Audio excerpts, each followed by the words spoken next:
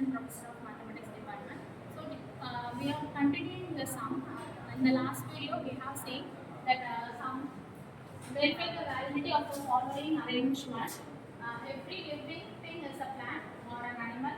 John's goldfish is a light and it is not a plant. All animals have heart. Therefore, John's goldfish has a heart. We have to conclude that h of j. We are defining h of j. J is nothing but we are telling here j is a fish. So heart is h. So h of j. H of j means John's goldfish has a heart. We are going to now conclude that. So, in the previous session, we have write that premises are for all x and then L of j and the negation P of j and for all x like that. We having three premises. Now we are going to conclude the conclusion h of j from the given premises. Now we are going to take the first statement. For all x, L of x implies P of x or A of x. So from this statement, we have to remove that for all x, universal value. So for removing this, the formula is to be, first we are introducing, so we using rule P for introduction. So in the next step, we are removing for all x. So for the next step, we have to write step 2, we are going to apply the formula for step 1. So we are going to write this as a 2 and it's a braces of 1 and then removing for all x from this. So we are writing x tends to j. We are having another variable x tends to j. So by removing this for all x, we are going to write x tends to j.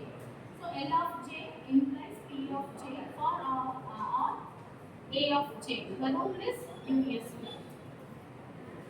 So the next step is we know that anything P tends to Q means we can write that as P negation P and Q. Material implication law. We know the material implication law. So we are going to write this statement as L of j. We are going to write include the statement L of j and negation P of j here. Then the next step we are going to write apply the formula P and Q, which implies P comma Q. So we are going to define P as here and Q as here. We are using the P and Q, which implies P comma Q.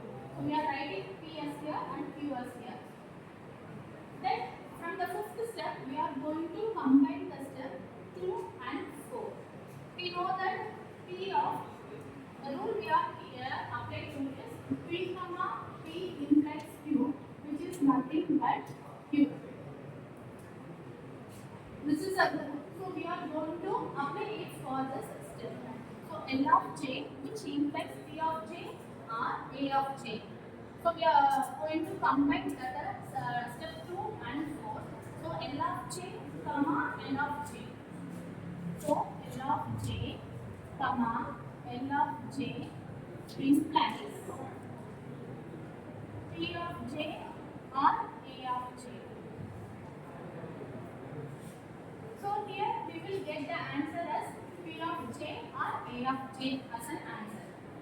Now to the next step, we are going to write that we are going to include the rule. So P implies Q, which is nothing but negation P or Q. So we are going to write this as this step here. So negation P or negation AJ. Then from the next step, we are going to include the for all x, A of x implies H of x. We are going to include the given statement. So we are using rule P for that. So for all x, A of x implies H of x. Now we have to remove that A for all of x. So we have to apply x tends to j. A of j implies H of j. From this statement, we are going to next apply the given statement as actually we are going to P of j, which is implies h of j. And then we have already having the value p and q, which is equal to p comma q. So we are writing the q as here. Then we are going to combine these two terms. So by combining these two terms, we will get negation p of j, which is implies h of j. We are combining with this the 10th term, negation p of j. So the both will get cancelled and we will get a h of j as an answer. So we need a h of j only, that is a John's fit goldfish as a heart. The conclusion we get from the equation. Thank you. You already